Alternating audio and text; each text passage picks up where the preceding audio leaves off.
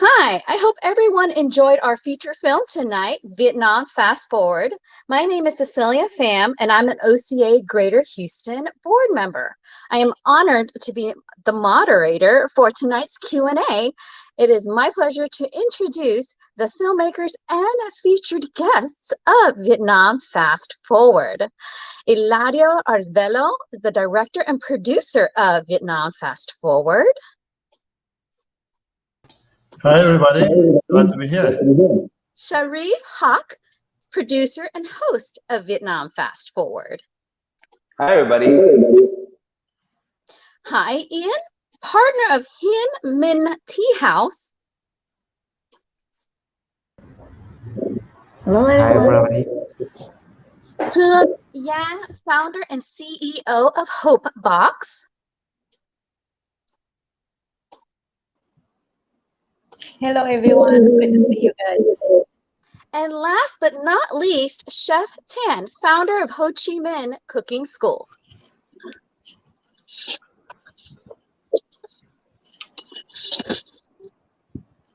Welcome, everyone. We are so happy to have you all here and communicating with us, not only from the US, but from Vietnam. So thank you for joining us.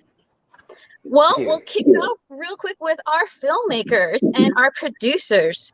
So Eladio and Shareef, these questions are for you.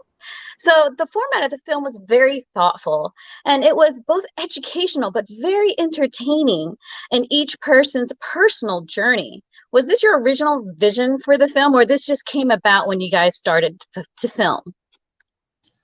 Yeah, from the very beginning, the goal was to create a modern documentary so that we could share, the human stories of Vietnam through all the people that you saw in the film. And by modern documentary, we mean, we wanted to be not only informative, but also to provide a complete cinematic experience. So we wanted a gorgeous visuals and immersive soundtrack. And the original vision for our film was to be inspiring, to be educational, and also to be entertaining so that we could appeal to a broad audience. And hopefully we met some of those goals. Yeah, I launched a company called 1M Productions about 3 years ago. And the goal of that production company was to produce documentaries on emerging countries and really kind of focus on emerging countries and see what are they doing different and showcase them in an informative, inspiring, and entertaining way so that people can take away from that and say, okay, I think I've learned something, I'm inspired by something, and I would love to watch something like this again. Well, I thoroughly enjoyed your film, and it was cinematically just beautiful. Being born in Vietnam, I left as a child, as an infant actually, so I actually have no knowledge, no memory of my home country.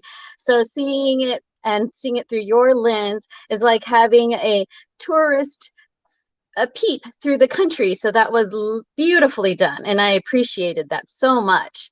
I mean, I know you guys met so many people. How did you narrow down your documentary subjects? Who was the first person you connected with that you was like, oh, this has got to be our first person that we highlight in the film? Yes, I can take that. So I think in the beginning, it's a lot of it was done through online research, recommendations, and some were just a random experience of my travel here. So I've been traveling here over the past six something years, and I've actually lived here on and off. So I think Chef Tan is actually one of my first ones. I love cooking. So Chef Tan's class was highly recommended. I think it had like 5-star rating. I'm like, I have to go meet this guy, right? So I went and spent the whole day cooking with him. And in the beginning, he was as funny as he looks in the screen as he is right now. I literally spent the whole day. All I remember was there was a couple with us, a young couple that was taking the class with us. And the entire time, he's actually not just teaching us, he's also teaching the young couple relationship advice. So I wasn't sure if it was like a comedy show or a cooking class, but I loved it. I just love it when you say you're a handsome man. I tell my wife, I'm like, Chef Tan told me I'm a handsome man. So it was just really entertaining, and he's as much energy as I could imagine.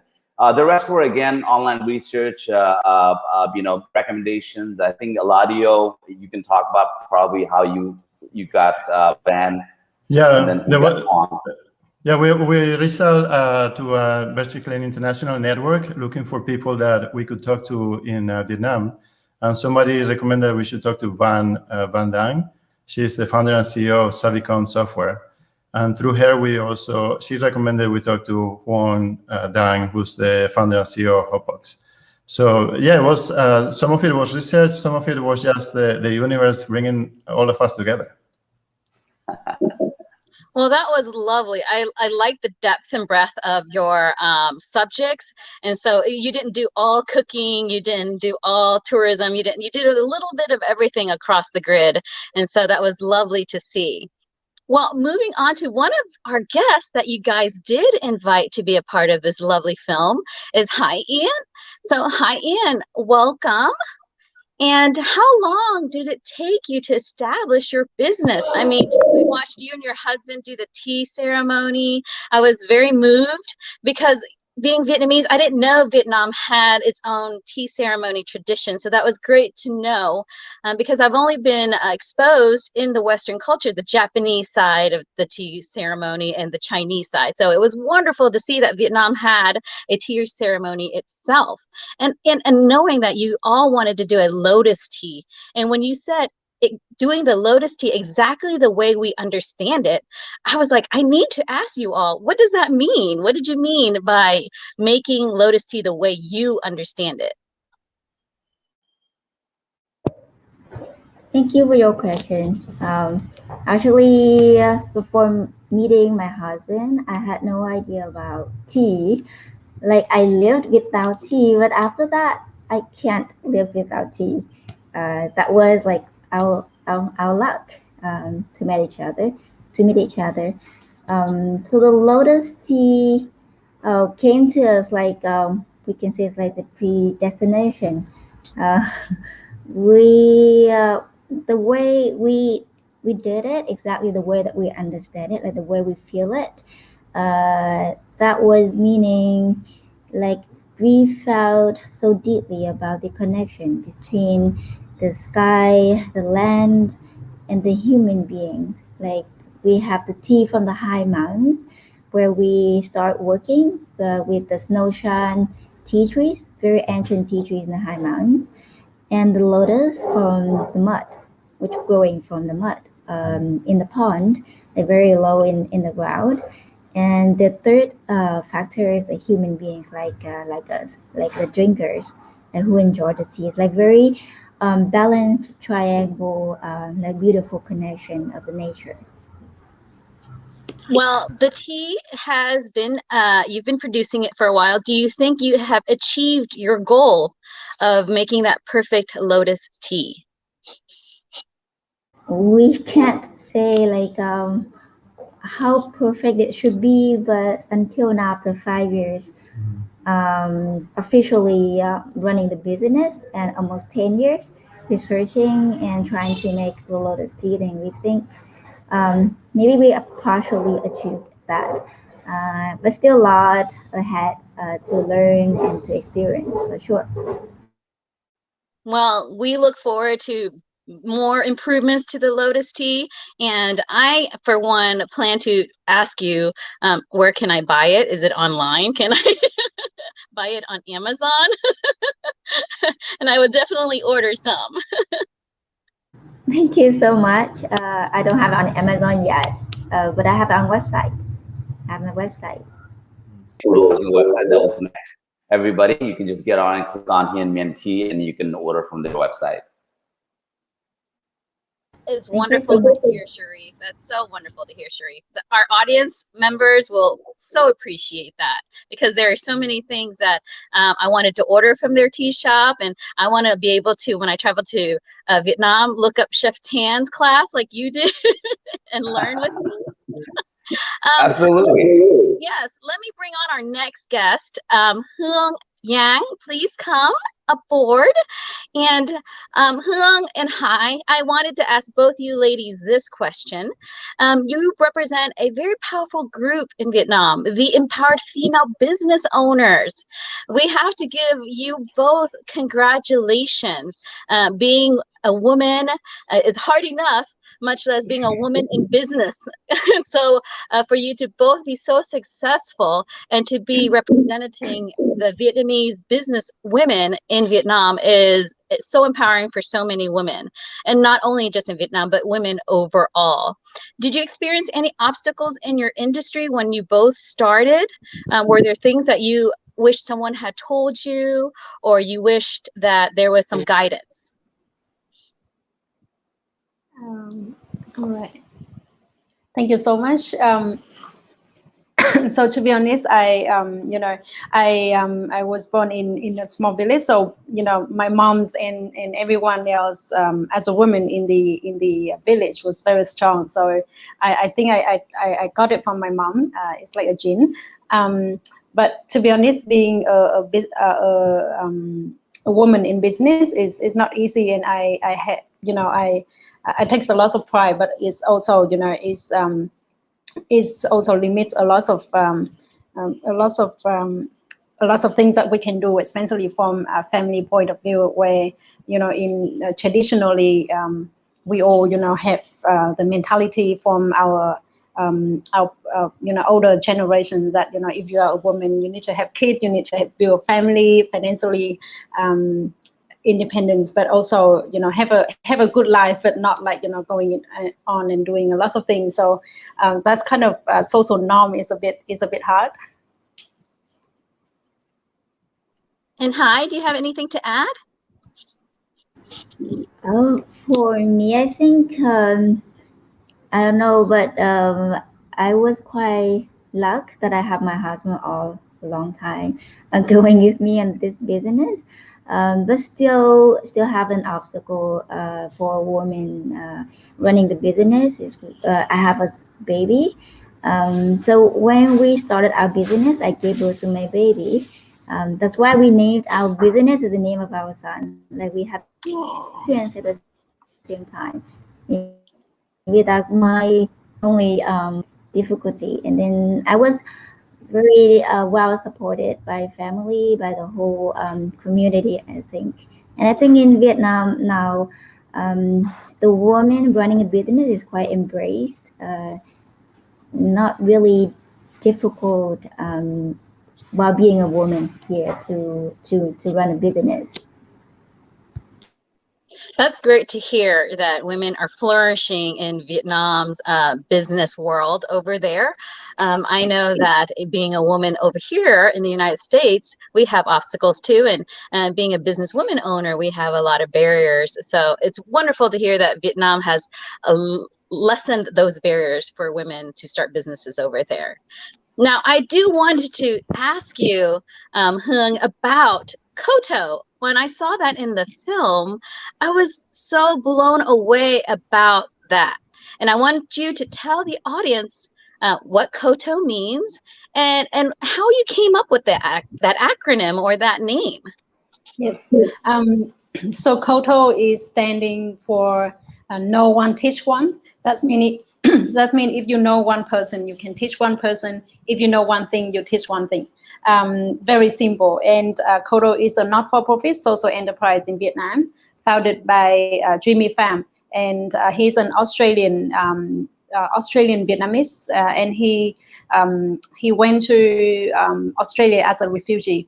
So he came back to Vietnam in 1996 and met so many street kids and disadvantaged youth on the street. So he decided to go back to Vietnam and supporting them. But for the first 3 years, he kind of building a foundation of, building trust and giving them money, accommodation, sending them to English class. But then after 3 years, he didn't see any change from what he has done, like permanent change. So he wanted to do something, bigger and better. So he opened Koto to, started with a very small sandwich shop and use the skills that he know and teach the kids, making milkshake and smoothie and pancakes, and sold it to tourists. So it started in 1999 with a very humble beginning, and now it's become a very well-structured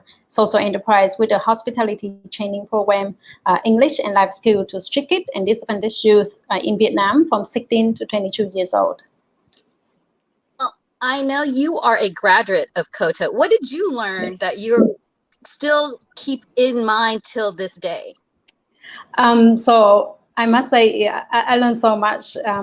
It's really shaped me to the person who I am today, and it's really changed my life. And I learned one thing that, doesn't matter where you are coming from, what kind of background you have, how disadvantaged you were, but if you take the chance and the opportunity to change your life, and being open to the learning experience and opportunity, and live your life with pride and dignities, and things will change. And so KOTA really changed my life, my family, and my community.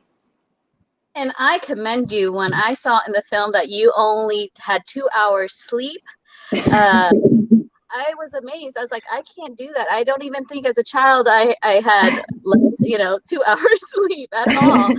So that is very much to your drive and your dedication to your goals and your dreams. So I applaud you for that. Thank you. Are there any plans to expand KOTA outside of Vietnam? Yes, of course. So we actually have been learning about this. We have done a market research to do it 10 years ago in Myanmar. But then it didn't happen because number one, financial wise, we are not sustainable, and we also need investor and people who can join us. But at that time, we haven't been able to secure any funding, so we kind of stopped there. But hopefully in the future, we really want to expand it in Vietnam first, to different regions of Vietnam, and also to other countries. But we want to build an ecosystem first, meaning we invest a lot in our alumni, our graduates, so they can take leadership and ownership to open their own business and also scale up a model, and also expanding in different areas like food rescue and helping our alumni to start up their own business. Well, I know that you are also doing good beyond KOTA. HopeBox. I love the mission of HopeBox. Why don't you tell the audience a little bit more that what we learned about HopeBox in the film? Yeah, so HopeBox is also a social enterprise. It's quite small and new. So I started it because my sister was a victim of domestic violence for several years, and I couldn't help her, even though I helped her financially, but I just couldn't help her empower herself to rescue herself from that environment. So I talked to lots of friends about my mission to help women who has been victims of domestic violence in general, and then I opened HopeBox in 2018, and with simple mission that I could empower the women to earn money, being independent, and also empower them to change their life and bring a better life to their children. So HopeBox provide food and cake and cookies, and we also provide training and personal development to our women, so that they can gradually building the confidence again. Well, I hope with this film that you all are talking amongst each other and collaborating. Maybe you'll send some ladies over to Hien and go work on their teas over there. Yes. Yeah, that'll be brilliant. Or go with Chef Tan and maybe help those ladies learn how to become a chef, a Western chef. So yeah, I need to talk to Chef Tan as well, because we do cooking class. No, we do cooking training. So that is the best collaboration. I'm going to bring on Chef Tan. on board and join us. And I am so excited to talk to you because, like Shareef says, you are just so animated in the film, and you are just that breath of fresh air that you had me laughing throughout your whole entire segment. And your storytelling skills as you're teaching cooking. I was thinking to myself, if my mom taught me how to cook the way you teach, maybe I would remember her recipes. So, Chef Tien, how long did it take you to build your farm? It looked like a pretty big farm. Hi everyone. The farm I have taken about a couple years to making something start to surviving. Because when I opened the farm, everyone think I'm crazy. Even my parent, my grandparent, everyone think I got a mental problem. Nothing surviving here. All the local people think, oh my God, the guy from doctor, the guy from overseas in Aussie get banned Vietnam and open the farm in the clay soil. No one do the farm here. So it's really, really hardly, but like the only thing I can keep going until now is my client. Every client come here, they love it. They give it a feedback on TripAdvisor, from Society Network, from Airbnb, whatever, and then give me, more energy to keep going up. And then until now, I have been quite successful as well. I want to bring up what Shareef had mentioned earlier, was that your cooking and relationship analogies, as you're teaching cooking, you're also teaching relationships. How did that come about? Was that just something naturally where you decided, oh, men will be salt and women will be sweet? Actually, just for me, actually just for me, because, like, as I mentioned, my background, I'm a doctor. So I think, in the Asian country, we call, everything got, a balance between, man and woman, everything like this side. So I think you build up the food is like life. If you, until you're happy, you can make it everything. If you're unhappy, everything you cannot make it. So I think if the balance, but the goal of people when they born out in this life is they want to build up a happy family, right? But not everyone. I talk about happy family. It depends the client. We need to talk with them on beginning to see what relationship they are. Some people devote. Some people want to be single. I cannot talk this way because I never understand what you like, right? So we have to talk in different way to making the people understand easy for your lessons. Because some people don't like food, but after the class, oh my God, I never making food in my life, and this class is making food more than a whole life I done. But it's really awesome, and I can make it again at home later on because easy to understand. Like I'm making my family happy daily, That's wonderful, because I am a horrible cook, and so I will definitely need to go to Vietnam and take your classes. Thank you. Thank you. So these next sets of questions are for all of you, our wonderful guests. So feel free to chime in on any of the questions. The first one is, for someone looking to join your particular industry, what advice would you like to share with them? Very simple thing. Easy going, open mind. Do not too much serious. You can learn many things as you can. If you too much serious, you're very hard to learn. So try to open mind, because something you never learn. But you stick with one thing, you never learn. Like on my staff here also, I only, like employs the very young staff. The people, like have not much skill. Then I can train them in the way that I really want to look it for. If the people already old and they think, okay, I only right, I'm never go wrong. So really hard to train them and let them to go for right industry,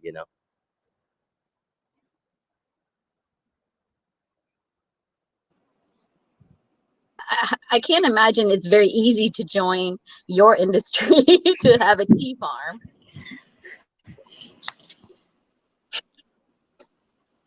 What would be your advice if you had someone that came to you and said, I want to start my own tea farm? What should I do? Or will you tell them, don't do it, it's crazy, and you don't, too much work?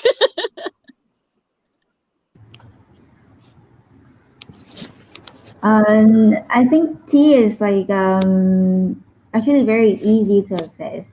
As same as the tea culture. Just I mean, for tea, just relax, be yourself, and tea will choose you to do the proper things. Like for us to be a tea maker, for some people maybe the tea trader, for some maybe the like taster or just drinker. I mean, just enjoy the tea the most relaxing way. Drinker, that's about it. Well, Huong, how about you? Like, if anyone wanted to either start a nonprofit like your HopeBox or start a business like yours, what should they do? I think I jump into the business with the mentality that that I study entrepreneurship and innovations. I worked for social enterprise before, but actually when I came to really do it and own something, and I take full responsibility for it, like for our women's financially, mentally, and lots of risks. So I get really stuck, and I get really shocked at points and very stressful. But I think is the journey is really worthwhile. And also what I learned is that number one, you got to have the knowledge, but you learn a huge number of things that you never expected to learn. So finding some mentor is really important. And also, you need to give it a go and to try it. You don't have to say, I open this and I will have to run it successfully for, many years. You can always change. So a lot of young people these days have great passion about social enterprise. And I always say to them, like, whatever industry you do, you need to have knowledge, you need to have skills, we need to have expertise, whether it's not for profit or it's social enterprise or it's commercial business. You just need to work seriously and work hard. And if it doesn't work, for my mentality, if it doesn't work, I will change. Wonderful. That's so great advice. Don't be afraid to fail. And if you fail, then try something new. Don't be afraid to try something new all over again. That is just wonderful. Now, this maybe Shareef and Eladio can chime in from the foreigner's perspective, but for our other guests, what are the biggest misconceptions foreigners have about Vietnam and Vietnamese people that you have encountered? I'll take that, Eladio, first. I think Huong had it right from the beginning on the film when she said, the first time you talk about Vietnam, they think about the Vietnam War, especially Americans, right? I mean, there's like 5 Academy Award nominated movies all about war, about Vietnam, from Apocalypse Now, Full Metal Jacket. I mean, it's just, so from that perspective, that's the first thing they see. The second thing, they're like, okay, pho, I've been to a Vietnamese store before, the restaurant before, and the pho is amazing. That's the second thing they know, right? And the third thing is always, if they've traveled, they're like, oh my God, I went to Ha Long Bay. That was amazing. So the idea was to present this film and kind of showcase the people of Vietnam that makes this country move, that what not a lot of people talk about. And that's the shining light, I think. And that's what we wanted to be, make it inspirational. And again, students, part of follow your own dreams. It's become our dreams, and we left our jobs to pursue film. I've never done film before in my life, so this is, it's kind of the story is telling itself just within us. I hope it does it for everybody else.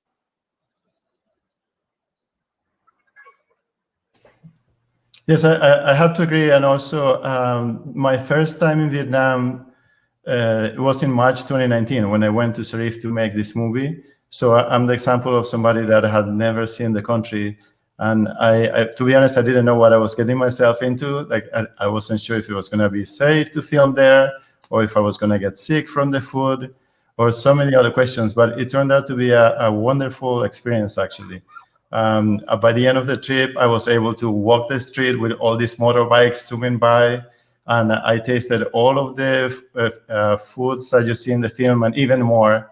And it was delicious. It was never got sick. It was really a very nice adventure. I came back from Vietnam very refreshed. Meeting all the people that you see in the film, it was very inspiring to meet them in person.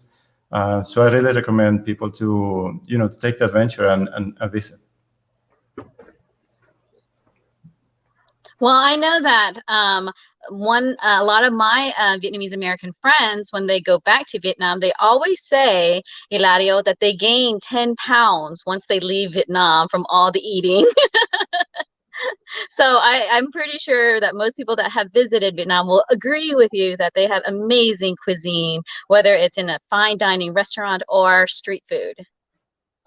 Well, Chef Tan, you meet a lot of foreigners in your cooking classes. What are some of the misconceptions that they've shared with you about Vietnam or Vietnamese people in general? I think all the foreigner think about Vietnam food just got pho and bún chả, and everyone will eat pho and bún chả every day. But actually, Vietnam got a lot of amazing food. Bún chả and pho is just something that more people enjoy. But for Vietnamese people, not really everyone eat bún pho and chả every day. Maybe 1 month at a time, maybe a couple of times a week, sometimes like that. So that is really misconception about food in this country as well. Try to be different thing as well. And with Western people, I know, I've been to many countries. I know some Western people, they are really, like they never change. They're scaring to try new food. If they know one thing, they should try many times. Like one of my restaurants, I see and I remember my client, every week they come to my restaurant 4 times. Only, like fried rice, and fried rice, something like this. I'm glad that they are trying new things in your cooking class beyond pho and fried rice.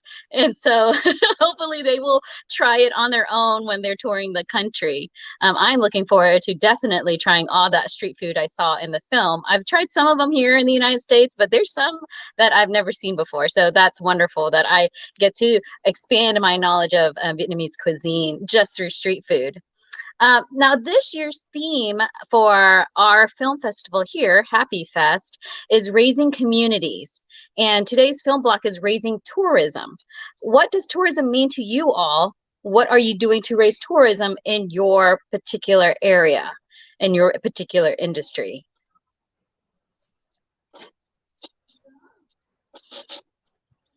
For me, I think, like tourism is very simple. Words that you like, sharing what you do, and learning what you want to share, and try to put what you love into the tourism. You can get more, tourism. And the second thing, if you want to write up a tourism, you need to be you, protect, and education.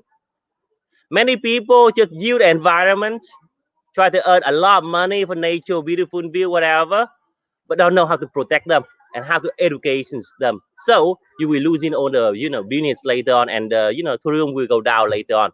So that is not many countries working on, but nowadays more people caring more about this side. So I would love to be people understand one thing.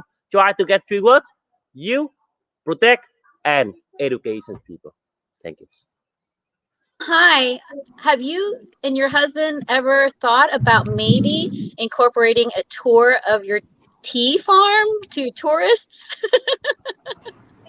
Thank you. To us, tourism is to help connect people from all the world together, and to connect the culture together, like closer to each other. And we think our tea process, our tea business is also partially contribute to raising of the tourism from Vietnam. And of course, we would love to make the tour to the high mountain, but it's quite dangerous, quite scary though, because lots of venomous snakes and leashes, and we thought of it, but we try to make it one day. Well, I'm pretty sure we have a lot of tourists that are more onto the adventure side, so they might enjoy that you have poisonous snakes and leeches as a part of the attraction to go to your tea farm.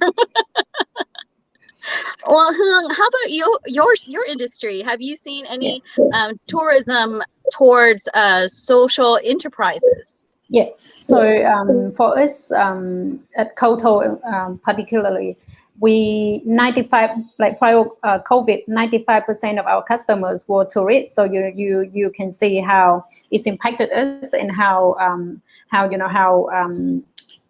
much impact is bring to Koto, and especially we've located in a location where it's near the temple of the Little Raja, so it's very touristy attraction. So for us, I think our mission is sustainable tourism.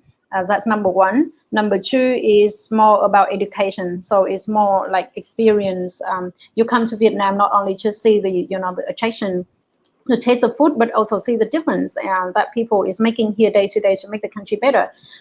So I designed a tour before called Social Enterprise Study Tour. So we hosted many universities, especially from America and Australia. University study tour, corporate study tour. They come and they spend times with our trainees. They dine with with a social impact mission. So we did a lot of that, and I really like it. I think it's really important to feature different angles of Vietnam in tourism, not just come and see this and see that. I know I enjoyed every aspect of your businesses and your personal stories. So I want to know, and I'm pretty sure a lot of our audience members want to know, what is next for each of your enterprises? What's the thing that we can look forward to next? So for me, I always say that my heart is full because I have to, I work for Kodo and I love, I'm so passionate about it, but I also have the social enterprise that I'm also passionate about as well. So what is next for Kodo is, to scale up our models and to be financially sustainable, to build our dream school for our trainees, so that we have our own place. Just to let you know, at the moment, we don't have any support from government in terms of tax, in terms of land, so we have to pay for everything.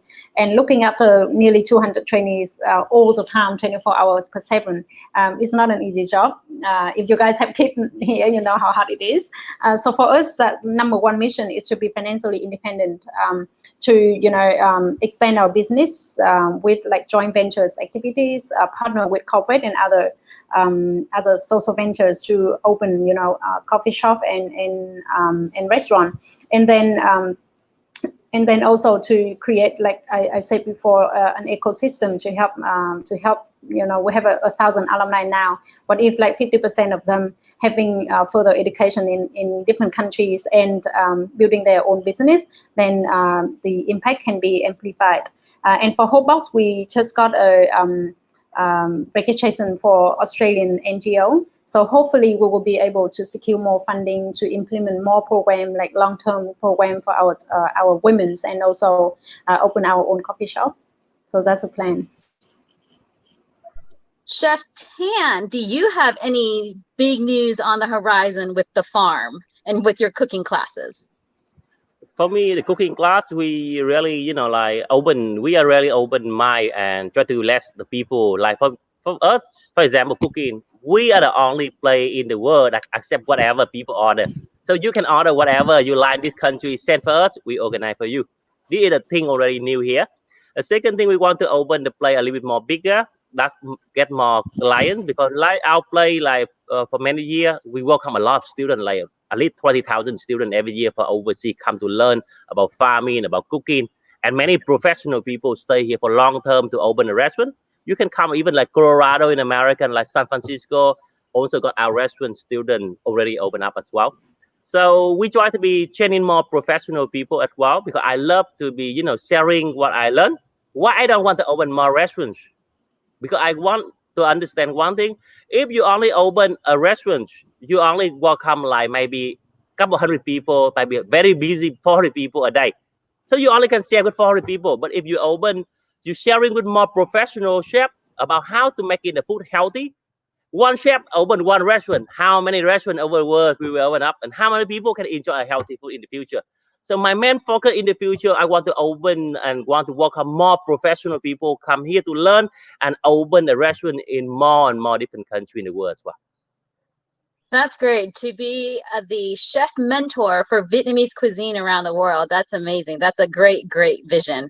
Now, for the tea farm, I want to know, do you have plans to expand or to have more hybrid teas or any more different unique flavors to your teas?